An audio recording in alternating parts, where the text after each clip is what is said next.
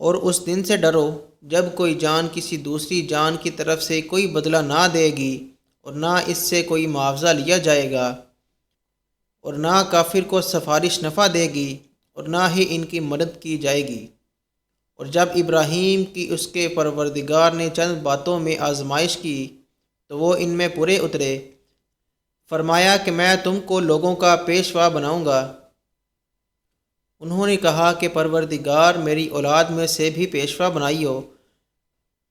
فرمایا کہ میرا قول و قرار ظالموں کے لیے نہیں ہوا کرتا۔ اور جب ہم نے خانہ کعبہ کو لوگوں کے لیے جمع ہونے اور امن پانے کی جگہ مقرر کیا اور حکم دیا کہ جس مقام پر ابراہیم کھڑے ہوتے تھے اس کو نماز کی جگہ بنا لو، اور ابراہیم اور اسماعیل کو حکم بھیجا کہ طواف کرنے والوں اور اعتکاف کرنے والوں اور رکوع کرنے والوں اور سجدہ کرنے والوں کے لیے میرے گھر کو پاک صاف رکھا کرو۔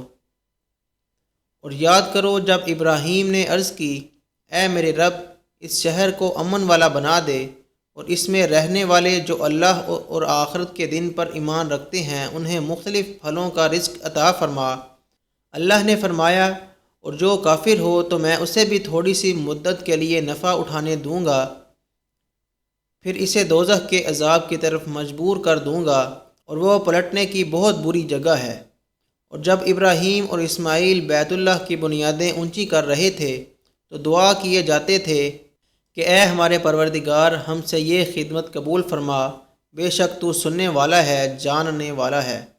اے ہمارے رب، اور ہم دونوں کو اپنا فرما بردار رکھ اور ہماری اولاد میں سے ایک ایسی امت بنا جو تیری فرما بردار ہو، اور ہمیں ہماری عبادت کے طریقے دکھا دے اور ہم پر اپنی رحمت کے ساتھ رجوع فرما، بے شک تو ہی بہت توبہ قبول کرنے والا مہربان ہے۔